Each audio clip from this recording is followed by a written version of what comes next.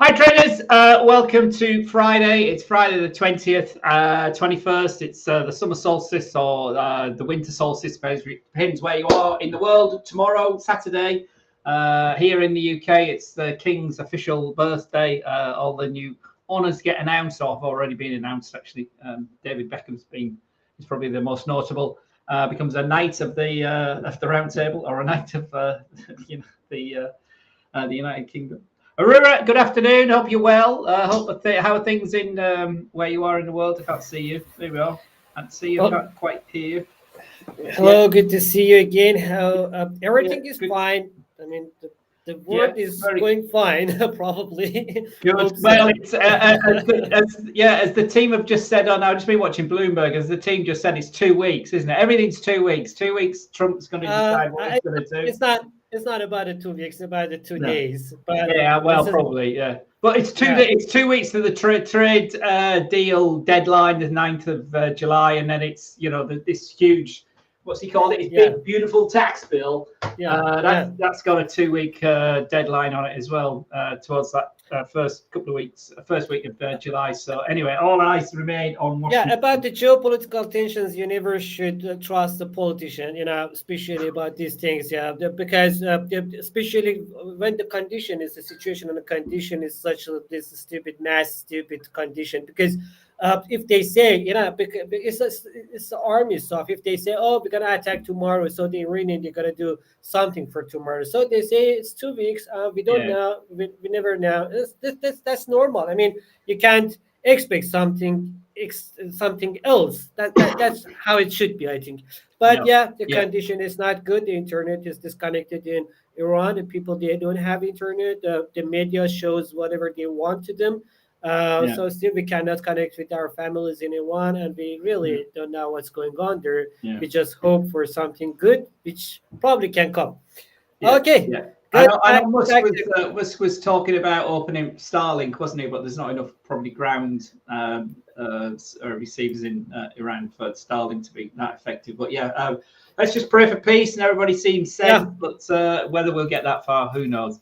Uh, Today, Friday, it's the 20th, it's the last day of the week. There's been some key data out of the UK this morning. I hope you can see that on the screen. Consumer confidence, not as bad as expected, which is a bit of a surprise. We had that tick up inflation.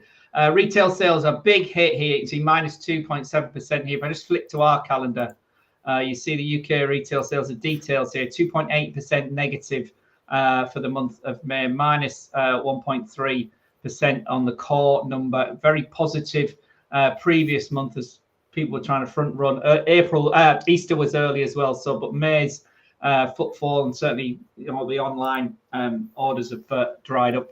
The other key thing this morning has been weakness in PPI, producer price inflation in Germany as well. So there's waning risk of inflation.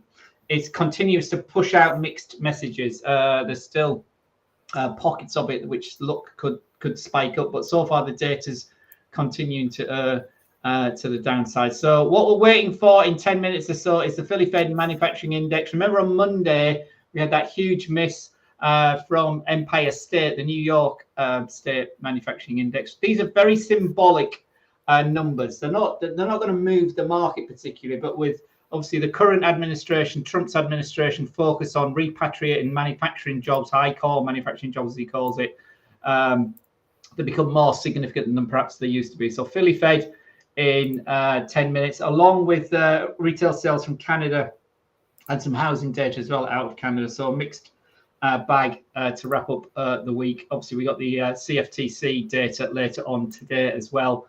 And we saw last week from the Commitment of Traders report a record level of short positions against the US dollar. So that might have cooled a bit this week. We're expecting from that record level last week. So don't forget to check out the CFTC data later on in the day. It's not actually showing up here on my calendar. I must have filtered it out somehow. But retail sales, Philly Fed, retail sales for Canada, Philly Fed data for the US in 10 minutes. Weak retail sales from the UK and more weakness in inflation data out of Germany has been the main story this morning. Overnight, the inflation in Japan actually ticked up. So it's a bit of a surprise there. 3.7% for the reading on the core number for the annualized number for May, and May was higher at 0.3 of 1% from 0.1 of 1%, and we saw the core rise up here. So where are the markets? Well, we took 2 trades last night we've had a desperate week, actually. I've had the worst week trading in a long time. And as of close last night, I was down something like 619 points for the week. We messed up on the Aussie trades. Well, not messed up, we got them wrong. We got stopped out. And that's just trading for you. But we are currently, we were up this morning. We've taken 2 positive trades last night. And we're currently down for the week, 569 and 80 points.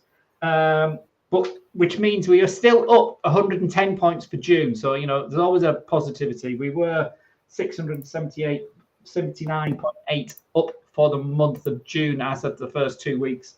So a big losing week this week so far, at least 500 points off the board. That's how I price it points. It's percentage wise, it's just a bit over a couple of percent, but so it's all very bearable. The long trade we took last night. Let's just run through this before the data comes out. We were long Aussie Kiwi here. That's hit target 1 this morning. So we've taken half of the position off.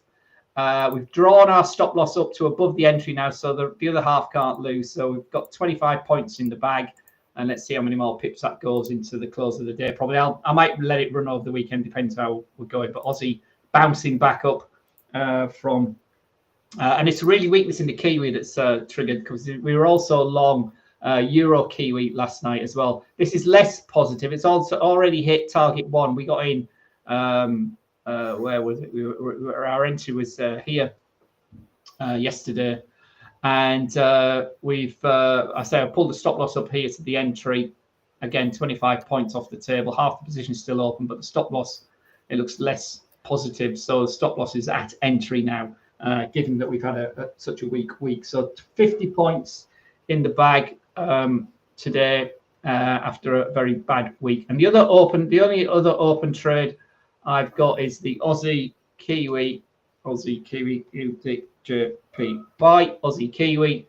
Aussie Yen, and that has been very much out of the money, close to its stop. Is its stop loss here? Close to its stop loss. This was from Thursday. We're now actually in the money, and first target is here to the upside. So the Aussie is doing better today than it had done all week. You see here. And the yen is weakened on the back of that inflation data. So Aussie yen back in the money at 94.50. Our target sits here. Our first target sits here at 94.64. Have you been trading this week, Aurora? What's your week been like? People they know me. They know that I'm not doing the short-term trades. I'm mostly about the investment in the long term. Actually, I'm not doing the short-term trades. Okay. I'm still in a buy position with the gold. Which is I've had gold and silver. I bought them both at the same time. I had a buy position for the oil, which I closed it already, which was open for that, and also I closed my buy position on S&P 500. Now looking for new opportunities to go for it, but now that was my positions that I had so far. The Euro USD, I'm looking for a good position, good time to sell. I'm not so much positive about the Euro, so probably I'm looking for a good time to sell the Euro against the USD.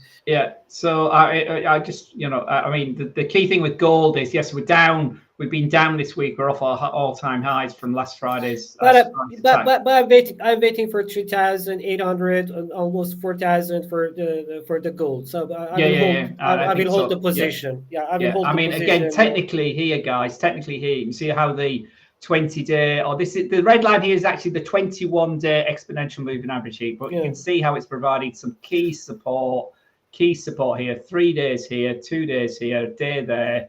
And it's providing support currently today. So we're at a key level, 3,350. Again, the round number coming into play. Before the data published in Canada, I want to say something about the previous days of the meeting in the Bank of England meeting and the 2 days data that we have. If you look at the data, retail sales data today would be much more understandable and clear what it was talking about. When I'm talking about it, that the central bank in United Kingdom supposed to do something to support the mid center of the mid center of the people, of population, the mid average, actually the average of population, because the people that they are in the middle side, it's not the rich people and not the poor people. The mid level, they are in very dangerous situation right now. If you got the I've been for a while. details, yeah, yeah, but now it's the things with the thing is that when you go to the new laws, especially about the tax law, you can see what this tax law putting the pressure more. They are putting the pressure mostly on laborers, that they are taking the monthly fixed salaries. They are going. They will be much more under pressure. And now you can go and see the retail sales. The retail sales numbers today that we had, it says everything. When the people really they have less money to spend there. And the detail of this retail sale is very unfortunately very interesting. The people for they are cutting the money for their unnecessary stuffs, which means that they are Yeah. still holding the necessary stuff, but the unnecessary stuff is going to be less, which it means that the hope is going to be lost. So the central bank is supposed to act faster to lower the interest rate and let the money to come in the market. When you have this unexpected negative condition in the market, and you put the money you put the very hard condition money to flow in the market. So Yeah. this hard condition, they are not going to support the small businesses, because the big businesses anyhow they can support, they can they can afford this money condition. They can find the money to reinvest in their own businesses, or even maybe they don't need to even to take a loan for their businesses. But these small businesses, they are the biggest customers of the banks to take to borrow the money to Hmm. invest in their Hmm. businesses. So when you have such a hard condition for your money, for your credential condition, which is a very hard condition, it means that the mid average people, the average, the mid, what should I say, the Yeah, middle you know, average, you're right. Yeah, the middle class we call it here in middle the class, yeah, middle UK. class and the small businesses, they will get much more harder Yeah, pressure, right? yeah, they've been That's what I squeezed say. for a while, but yes, I mean that as you said, the tax on employers, which is what came in, and Yeah, then the revision of the energy tariffs and all the rest of it came in at the beginning of the financial year in the UK in April. So it's reflected, like you say, in a very weak retail sales number this morning out of the UK. And you can see here on the Forex Factory calendar, you can see how weak that was. It's big surprise, negative 2.7, and it's as bad as it was at the beginning of January 2024. So it's like 18 months, 19 months weak number. if And that you was look at post look Christmas. at the chart that you have right now here, if I was instead of any of these MPC members, I would 100% even the vote for 50 basis point raise cut, because with this condition you are just killing the people. Yeah, yeah, It's not the condition you can support the people. You're yeah, just yeah, killing the people and making the rich people to get richer, and yeah, the middle class to get lower. That's yeah. that's why that's why yesterday I told I really cannot understand what the policymaker is doing in a central bank in the United Kingdom. I think they've deliberately been held by sort of swayed a bit by the politics probably at this particular meeting. But certainly, the Swiss bank cut, the central bank of Yeah, Norway cut. they're Uh, you zero. know, it, They are zero so percent. others are moving. The Fed Yeah. and but the old Threadneedle Street, they held pat, and they're at the top end, as we keep saying, they're at the top end of this interest rate tower here on the main industrialized countries. So, The other thing but that you can put the the each other, individual country has its own issues. But yeah, it's in this the condition, sort of benefits we've seen in the UK in that first quarter, the first 1 month, is starting to sort of perhaps could be a really tough second quarter for UK. GDP was disappointing earlier in the week as well. So yeah, I would we'll just see. add We'll one see. And and yeah, I sorry, will add Robert. Yeah. I will add one sentence, that is that in this condition, it's not just when you are holding the rates at this level. The other thing that can affect the economy is export. With this, with the stronger pound, you cannot support the factor to export to the eurozone. So most probably the export of UK export gonna get less for the next month. Okay, let's go to the data. That is already published. It's more or less it's more or less in line. The retail sales from Canada. Philly Fed is delayed, but again, Philly Fed can be hugely volatile. If I just flick this on here, the calendar again. I say Philly Fed can be massively volatile. It's all over the place sometimes. We had this massive exuberance in January. We were up to 40 something, wasn't it? It was massive reverse. 46, and it was expected to come negative. It's collapsed since then. That's probably the low in April. May was better than expected. So let's see what the number looks like in a minute. I say it can be all over the place, but obviously the main currency that would be impacted would be the dollar CAD. We just have a look at the dollar CAD here on the daily time frame. The trend is very much to the downside. We've just edged over 137 again for the dollar. Dollar's come back a bit this week against the Canadian dollar. If we could drill down to the 5-minute chart this morning, dollar's still bid against the Canadian dollar, 137.15 at the moment, as that data is dropping. Let's just go back to the calendar, see if it's coming. Yeah, it's coming -4, so -4 for June, as it was. Interesting, it's no change as it was last month. So mixed sort of. Where's it gone? It's a Philly Fed gone. It's here. There we are. -4. Was slightly improved to -1.7. It's actually stayed as it was. So that will lift the dollar a wee bit, as we've seen here. So dollar CAD up here. The weaker retail sales, or the inline retail sales with Canada is continuing to weigh that one. So on the higher time frame here, we've been sliding through 137 here on dollar CAD this morning, but we're sort of bid. We've been bid all week here, really. The hourly time frame went long there on the 17th earlier in the week, and we've been looping higher ever since, plateauing at 137. At top of the week, 137.46. Can't quite get to 137.50.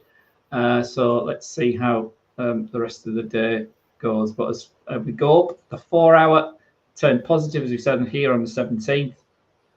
From this big downtrend we've been in. But the daily still remains weak, but needs to test and break the 20-day moving average, which sits now where we are now. We went through it yesterday briefly.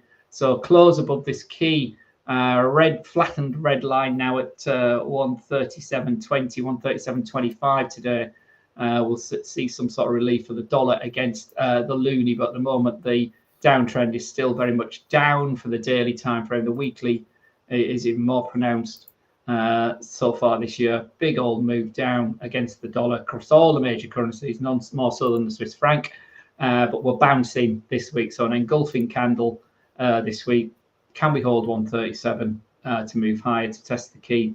138 is the next upside target, but let's see how today's finishes. So the data was very much sort of in line with expectations, but so dollar CAD remains bid to the upside today. Generally, obviously, US was closed yesterday, but let's just run through the majors. Obviously, the stock, the Forex market never closes. So we are back under .65 against the key, against the Aussie. You can see what a huge, both psychological and technical level .65 is for the Aussie. So 1, 2, 3, 4, 5, 6, 7. We're into our 7th day, banging into this .65 level.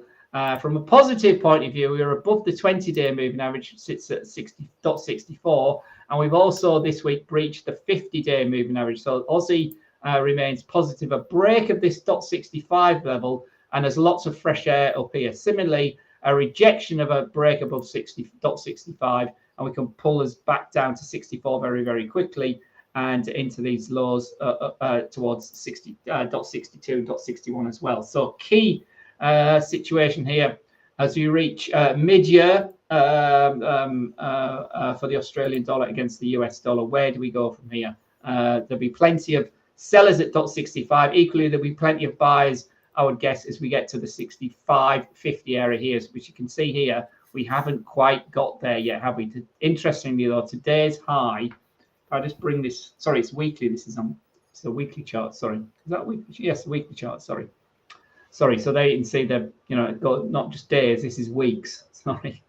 So it's 1, 2, 3, 4, 5, 6, 7 weeks. We can't get over 65. So lots of sellers there. But as I say, from a long-term perspective, the Aussie dollar's turned more positive as we're over the 50-week moving average. The daily chart, sorry, is again, as you can see here, has been struggling at 65 for well over 2 weeks now.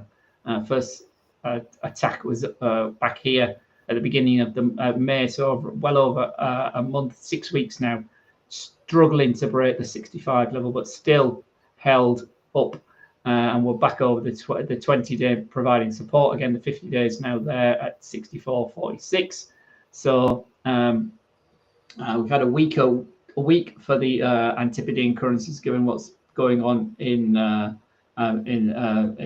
between Iran and Israel. But Aussie back up again today, but a close over 65 is required, and a break away from the 65.40 zone will take us higher. But at the moment, we're consolidating at highs. So it's looking still relatively positive, but again, could break down quite quickly, could break out quite quickly. Stand by your bunks, basically. The Swissy continues on bid, basically. The dollar has rallied this week from these tests at under 81 last week. We've rallied into the 20-day moving average, but we rejected it on our first attempt yesterday. So again, this remains very much in a downtrend with the 20-day moving average at 81.99, which is basically obviously got 82 is the break higher. The announcements from both the Fed and the Swiss National Bank, because the Swiss National Bank, although they cut rates, they were a bit. His actual press conference yesterday was a bit more bullish. Hawkish, I should say. So whether this rally can continue or not, I don't know. We've clearly had some sellers here at the 20 period moving average here this week for the Swiss franc at $82. .82 rather than buyers there. So we could again move down to test 81 and this 80.50 low we saw last Friday after the attack from Israel into Tehran. Dollar yen is back over 145, so the dollar's proving having a better week again and following through against the yen. The yen again disappointed. I think is my take of what the Bank of Japan had to say earlier in the week. Had their hands tied a wee bit, so the dollar has continued to move. And interestingly, it's now broke over 145. So there'll be some bulls joining this selling of the yen rather than the buying of the dollar, I guess is what's going on here again.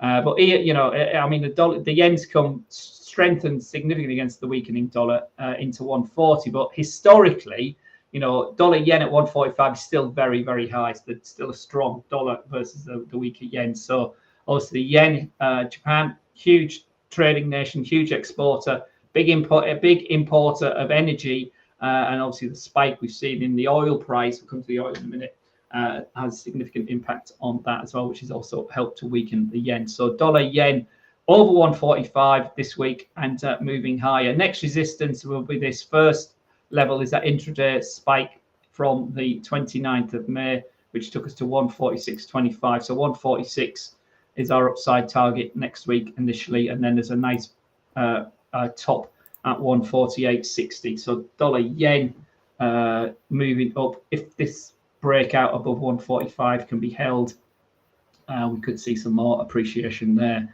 RSI moving up nicely, and the MACD histogram just starting to move positively as well to the upside. So dollar yen moving up, so a weaker yen potentially next week.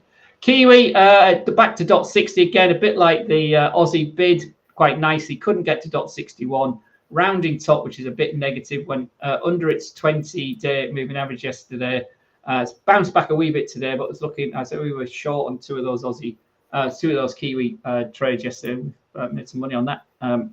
So .60 still a key level to the upside. Euro. Do you want to talk everybody through the euro? Aurora, sorry, I'm doing all the talking here. What's your take on the euro on this chart?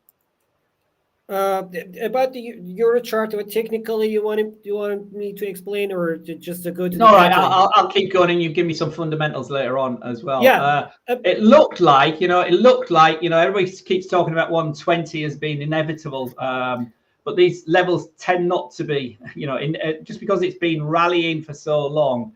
Let me just move this down a bit. like the thing is that Oh, as what I believe, I mean that the way that I am trading in, I do invest in the financial market is looking at the economic data. The chart, I'm looking at the chart at the last stage when I want to open the position, when I already decided to buy or sell.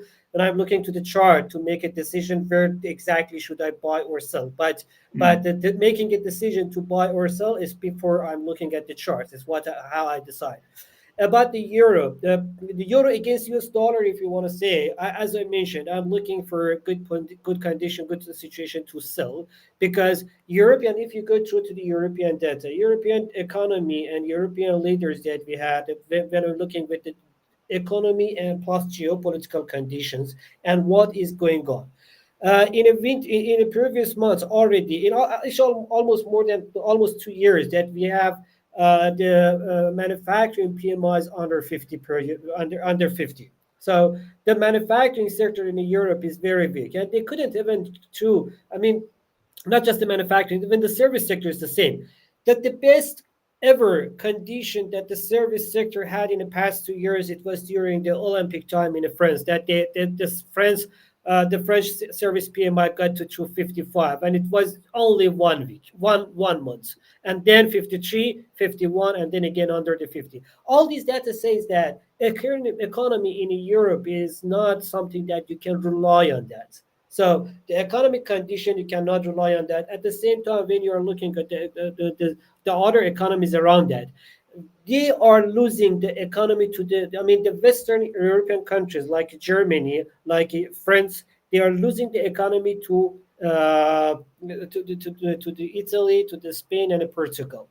I think they're going to be in 2026. I'm hoping a very good euro on 2026, but for the rest of 2025, because these economies, they are improving, but they are not enough proof to confirm that to support the euro. But for 2026, I'm very positive about the euro. For now, I'm negative because the economic data that we had so far, if you go back to the last two weeks PMI numbers, all of them. I mean, the previous week's PMI numbers, they were negatively shocked, and I couldn't believe that how they can go further. Then, on the other hand, when you are looking at the UK, because when we are talking about the euro against US dollar, so if you look at the US dollar index, when you have a weaker euro, so it can support it automatically. It means that the US dollar index get a little bit stronger when you have a weaker US dollar. And the other thing that US dollar is taking advantage of that is the British pound, because the British pound, yes, with the events that yesterday we had in the Bank of England, it supported somehow the British pound. But since the Bank of England will have no more choice to cut their rates, so I will be sell on the British pound as well. So sell on the British pound, sell on the euro. All of them, they put the US dollar in the slightly stronger condition. Even thought the US government doesn't like to have the US dollar stronger, but the US dollar index will hold itself above 98 while we are waiting for the euro and the British pound, the weaker British pound and euro. So that's why fundamentally what I'm looking at the market with this economic data that we had, what I'm saying, what I see here, when you have a PMI numbers in the eurozone, always under 50 in past 2 years, but you don't have such this condition in the United States. It means that even if the US economy face some problem, but it can recover faster. So that's why in the Euro USD, I'm still looking for a good looking for technically looking for an exact point, but I'm negative on that for both US dollar and the GBP USD. I'm on sell position. Okay. Interesting position. All right. My only caveat on that would be don't put too much sway on the manufacturing sector. It's more symbolic. It's literally accounting for less than the sort of 12%. But it was just GDP but it was just an example. The same thing for the retail sales. retail sales in the British retail sales, but check the retail sales in United States.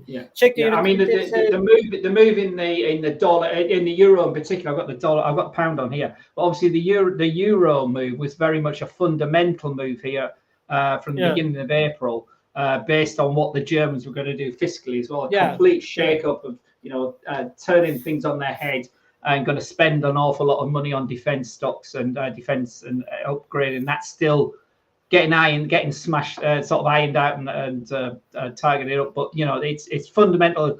A stronger euro. This idea that Lagarde's been talking about this, and other members of the ECB, about this is the euro's moment. This is euro to take more of a fundamental stake in the global forex market, even though it's quite significant. As people are selling the dollar, there's definitely been a massive move against the dollar this year. Where's it gone? Well, obviously significant amounts have gone into central banks and countries that have invested in gold and other commodities, and also the euro's benefited from that. Euro stocks have benefited from that, from the overvaluation or the very high valuations of American stocks. So there's been a definite churn of investments away from the US. But then when you take stock, we literally, excuse the pun, US stocks are back towards all-time highs again, and they're still talking higher. I mean, it was a very technical Fed meeting, just to say there's still going to be 2 cuts, but that's looking very precarious now for the rest of the year. It could easily just be one, could easily be none at all. So that should then feed more positivity both sterling and euro. But as I'm a trend following guy. For me, this is a strong uptrend here on the daily time frame of the euro. I'm not looking to sell here. Obviously, it's stalled significantly. It stalled at 116. It looked like a stretch too far. It's come back to 115. Looked like we might be rolling over even yesterday, but again, the 20-day moving is down there at 114.40. I'd still be long this, and we're back over 115 this afternoon to close the week. The 50 days all the way down there. So I'm still on my surfboard and bullish euro dollar, as I am with sterling. Sterling got hammered a bit this week on the Bank of England and some of the other data, but it's now back today over the 20-day moving average, but under the key 35. So 135 is the key. 136 was the stretch to the upside with the euro. It was 116 and 115 for the euro, respectively. And as we say, the yen, the other major currency, is weakening somewhat, and the dollar's moving up. It's moved up another 20 points since we last looked at it at 145.60 today. So again, it's a relatively good break of the 145 level for dollar yen. But where we go from here is obviously a key question there. You can see a bit of a W formation for the yen there. So that 148.60 is a lot of fresh air up here, isn't there? So yeah, I mean, that's where you go. I understand your fundamentals, and everything could turn on a cotton bud, as my mum used to say, if some of these big fundamental issues, whether it's the US tax bill, whether it's this issue with Iran, the issue with Ukraine and Russia, obviously situation in Gaza, as well as the situation in Iran, and obviously trade deals. The trade deals have sort of slipped to the back burner a bit this week because of the fundamentals. So that's the forex markets. If we look at indices quickly, so the Dow, obviously we closed yesterday, but the derivatives was trading. We were down. We bounced back significantly today. There's chatter. I'm just going across my Bloomberg internet feed. It's not a terminal. Talking about Reuters feed here that the Iranians may have reached out again this morning. How true that is or not, I don't know. Yeah. But anyway, we are up, obviously, probably on the 2-week stay of what he's going to do, basically. I think from stocks. By the way, if you want to check the real news, what's going on exactly on the geopolitical tension, especially about the Iran against Israel and the Middle East, and also the Russia against Ukraine, we have a special coverage page on Economician website.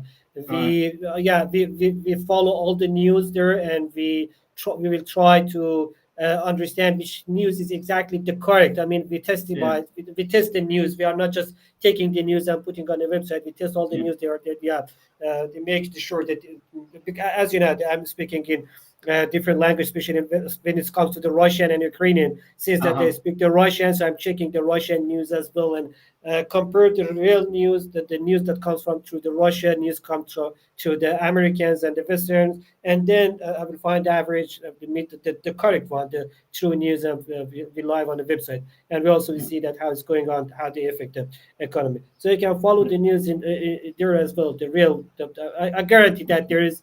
Thank you. Share it at the end. Share your news feed at the end. But this is obviously a bounce from what Trump had to say. US stocks open in about 40 minutes. Last 2 hours. The last 2 hours have been positive. We're back to 42,300 on the Dow. Here in Europe, obviously the DAX was trading yesterday down and then up again. Again, like this is the hourly chart, guys. We see the daily chart for the DAX. I like. Trading the DAX has been down and a big old downtrend into the 50-day moving average yesterday, tested it, and it's bounced again today. Big engulfing candle. So upside target for the DAX will be 23,600. See what my system's trigger. It hasn't triggered any index trades this week, but see what happens today. But euphoria certainly again ahead of the US Open. In the UK as well, similar pattern. The FTSE down yesterday, bounced a bit more. Resilience with the FTSE around about this 8,800 level, and the 20-day moving average is holding there for the FTSE as it is with the sterling crosses. The Nasdaq 100, everyone's I think one of the most favorite indexes traded by our clients here at theproptrade.com. Into the 20-day moving average yesterday, and again another one that's rallying up. 22,000 is a big line in the sand that the Nasdaq 100 needs to break above if we're going to keep moving to the upside. But again, remains very much on bid. The Nasdaq there. I don't know what's happening. That chart looks a bit odd. That's still today, yeah. And finally, the world's most important stock index is back, having a go at the hugely significant 6,000 level today, having gone down and under and tested the 20-day moving average yesterday. We've got buyers today on the back of the pause. And potential trade deals rattling positivity. We see what Mr. Trump has to say, President Trump has to say later on today. 6,040 has been the recent end of day high for the S&P 500. So see how we finish yesterday. So we've been down all week and we're bouncing back today. So close above 6,000 positive. Yeah, about the stocks and the trends that they are going on. As the data, there are two things that we have to look at. That one of the things that the U.S. economic data, another thing that for the U.S. stocks, especially if you are trading it for the guys that you're trading in the U.S. market, it's very important to follow the market condition in Europe and China as well, because there are the money flow. Sometimes the people, they are getting shocked. Why the data, they were not so good in the U.S., but we had still the stock market is positive and going up. Because sometimes the thing is that, the condition maybe become a little bit bad in the U.S. market, but we have sometimes the worst condition in other stock markets. So the money flows through other markets, through the U.S. market, because always people, they are looking at the U.S. market as a last safe heaven. You know what I mean? Just like, okay, if the stock market is not so good in China, or if the stock market is not so good in UK or in Eurozone, let's move some of our money to the US stocks. That's why sometimes the US market, they are taking advantage of, not just because of US economy is moving fine, it's because the other economy is moving. They are doing very worse than expected. That's why the people that you're trading, the guys that you're trading in the US market, they have to follow this Chinese market as well. The Chinese market and the Japanese market, they are directly they are affecting the US market. So well, it's more the other way around, but absolutely they lead the day. But the Nikkei was one of the really, really strong performing stock market over the last couple of years, particularly last year. The Nikkei, I like getting in the Nikkei. It's just that when you trade in the Nikkei, the numbers are so big, sometimes it freaks people out. Same with the Dow, but you choose your lot size appropriately. The other big move we've seen today, but again not perhaps as big as many would have expected, was the move down in the oil price. We had that spike yesterday again on the worry. The pause from Trump has pulled oil, US oil here under 75, but it seems to be holding that 75 level. So we have had a significant rise. We haven't come back yet. We haven't come back down yet. So, the last couple of weeks, it's been a big old move, and that obviously adds to this idea of potential inflation later on in the year globally. So we'll see if this holds at this $75 level. Do you have the Nikkei chart? Sorry, do you have I can put the Nikkei on.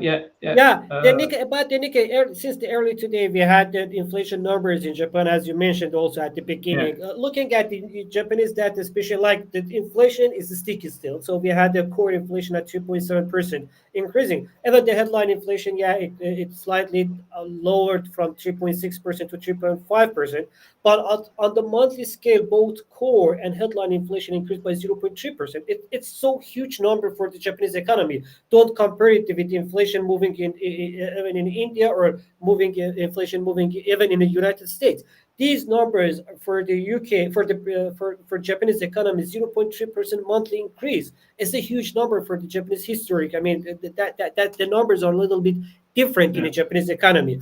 And if you look at other data, such as so inflation is moving so fast in these days, and it's still so higher than the 2% Bank of Japan's target. Maybe the question is that why the Japanese central bank, they are not increasing the rates. One of the main reasons is there are two key reasons the two key factors that we have to watch: household spending and average incomes. The average incomes, the average incomes that the people they had in Japan, it was increasing in the previous months in Japan, and the central bank in Japan, they scare actually if they lower the interest rate, what's going to happen for the inflation, because the average income is increasing in the Japanese economy in Japan. Another thing, the household, Japanese, they are so scared. The Japanese people, if you compare the Japanese mentality with the Indian or with the American, because the Indian, Americans, some of these countries, they're like, when they have money, they spend the money. But the Japanese, they are not like that. The Chinese also, they are not like that. They look at the future. So if you look at the inflation numbers, so the Japanese people, they are not spending money. The householding numbers is one of the biggest concerns. Same problem we have in China. The Chinese, absolutely. Well, they are the surplus economy, aren't they? The proven Japanese. It's been for 30 years the languishing Japanese economy. That's why people don't change companies; they stay at the same company for decades. Very, very loyal. You're absolutely right. I mean, they've embraced capitalism. The Indians, and the Japanese post Second World War very strongly, obviously. But they still maintain their approach to life very differently to the Westerners. I wanted to add how that affect on the Japanese stock market. I wanted to bring this data, economic data, say that okay, this data, economic data, and these facts that we understand, and how we have to wait. So when we are looking at these data, the Japanese central bank right now, they were trying to hold the rates as long as it's possible lower to support the economy. Now they have no more way to increase the rates. I bet on the 25 basis point rate hike for the next Japanese central bank, which means the BOJ's the interest rate will be 0.75%. That's historical high for the Japanese economy. So that's why I think that for the traders on the Japanese Asian stocks, look for the sell position on the Nikkei 2025. That's in a very good condition. I wanted to complete with the sell position in the Nikkei. I mean, all this economic data I mentioned to bring the conversation there that we can. The other key thing about what's been going on in Japan as well has been this long. I mean, remember the Japanese have the longest dated government treasuries, the Japanese government bonds, the JGBs, and anybody else. You can buy 100-year Japanese bond, they think differently, as you say. They're long-term investors in their economy, and obviously the Chinese have taken that mentality on as well, because obviously they're not going to their president, their prime minister, call him what you will, their leader isn't going to suddenly have to change in 3 or 4 years' time or get voted out. It doesn't work like that in China. Obviously, it's different in Japan. But the Japanese think much more long term, and there's been this massive 30-year, 100-year, 50-year run on the treasuries there. So that's a big drawback, which is what the Bank of Japan said on earlier in the week about them trying to get rates back to normalization. But then, interestingly, there was no talk of negative interest rates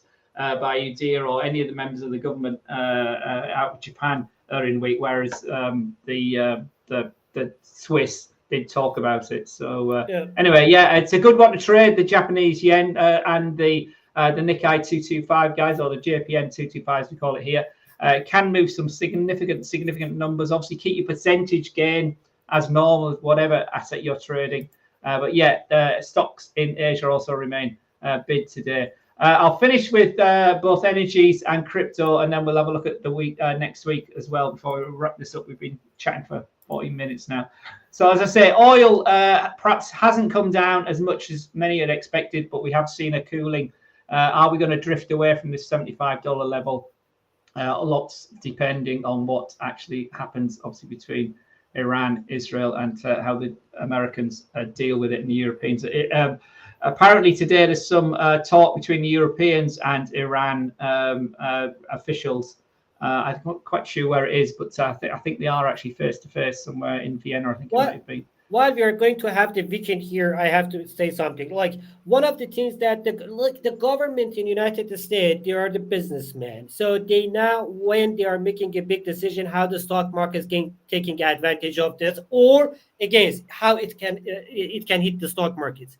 If you look at the trends that we had in the past several months, we see that usually the governors, I mean, the Mr. Trump or other governors in the United States, they are making a big decisions at end of the Friday or at the Saturday. So when the market is closed, because they want to take this, like, the huge reaction of the market. They are filtering the huge reaction of the market. So if you are waiting for any huge news from the United States, usually these kind of the news, they are coming at the end of the Friday when the market is going to close, or market already closed, and also at the Saturday and Sunday, because this market's first initial this reaction is over, and then on a Monday, when everything is calm, the market is open. This is the one of the tactics that the U.S. government is doing, that, and they like it. They like to do that, which is somehow can be normal. I mean, because when you are making a very big decision and it can affect the market, it can hit the market. So maybe some people they lose their money, or some people they make money from nothing. So it's good idea actually to make this kind of the decision at the weekends when the markets are closed. So that's why about the Iran, what's going on, the condition and situation in Iran, most probably we will have a very important decision at this Saturday and Sunday. This Saturday and Sunday will be very, very important on the Middle East. But if it's not this Saturday and Sunday, it's going to be next week, because the Iranian foreign minister is going to talk with the European. Unfortunately, he is going to talk with the Macron, which is, I don't think why should the Macron will be the prime minister or minister in the French. Why the people in the French, they selected him. But anyway, I mean, they have to think twice before voting again to Macron. I don't think so. But anyway, they gotta meet together. So no big. Even if we don't have a big news this Saturday and Sunday, we have to wait a little bit. Yeah, I think there might be a lot of risk taken off the table. I agree. When the US market closes later on today as well. I've just got the Bitcoin trade up here. You can see it continues to hold this resilience. So we've been into test so far this month into the 50-day moving average once, and again twice again today. But you can see these diagonal trend lines I put up. You can see them blue on. These are relatively positive. So this is looking to move up. You can easily see it taking out the all-time high, this 1100 or 111,000 to the upside. So this looks relatively positive. And again, a big bounce today.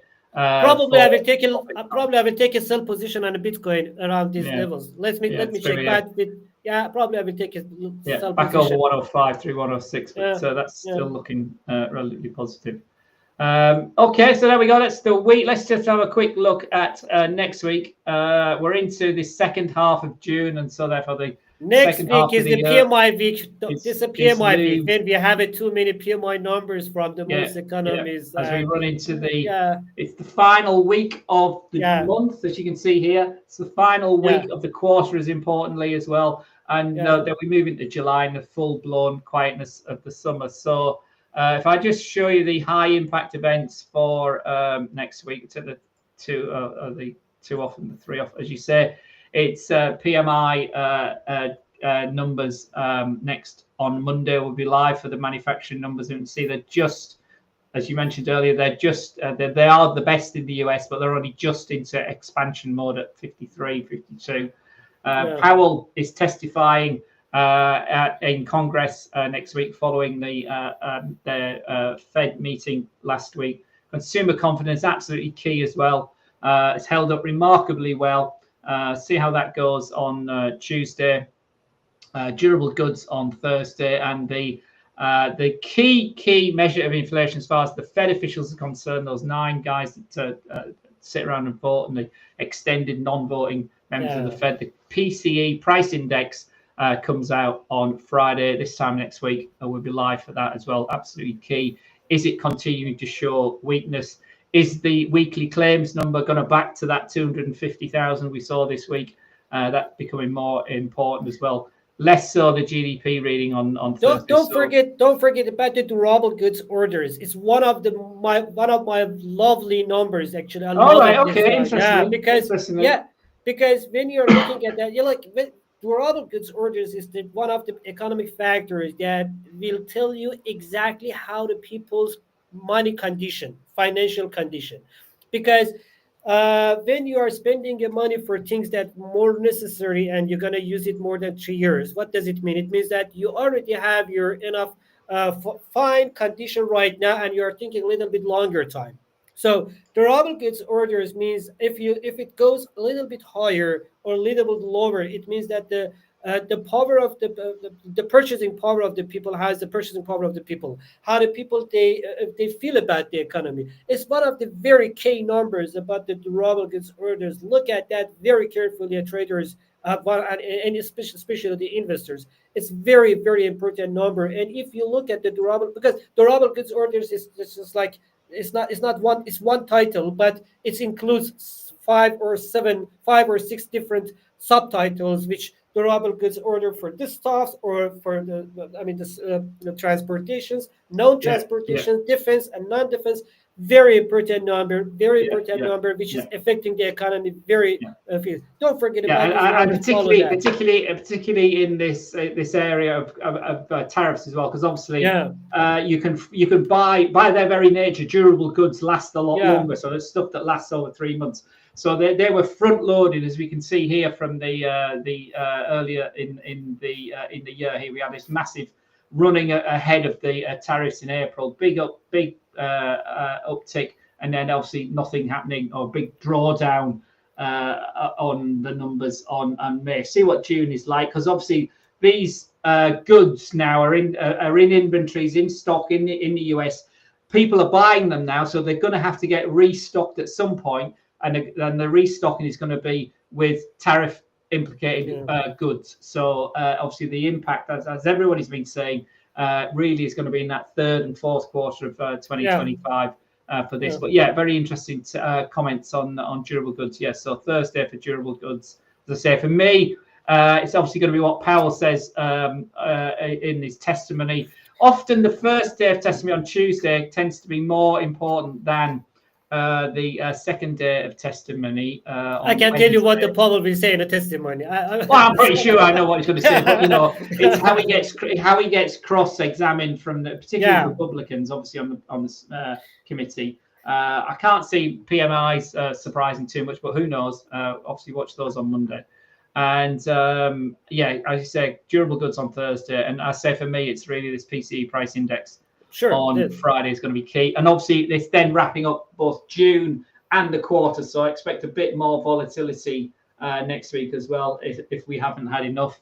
And let's see how we finish June. So thank you for your time, everyone. I hope this has been useful. We've been blathering on for nearly an hour now.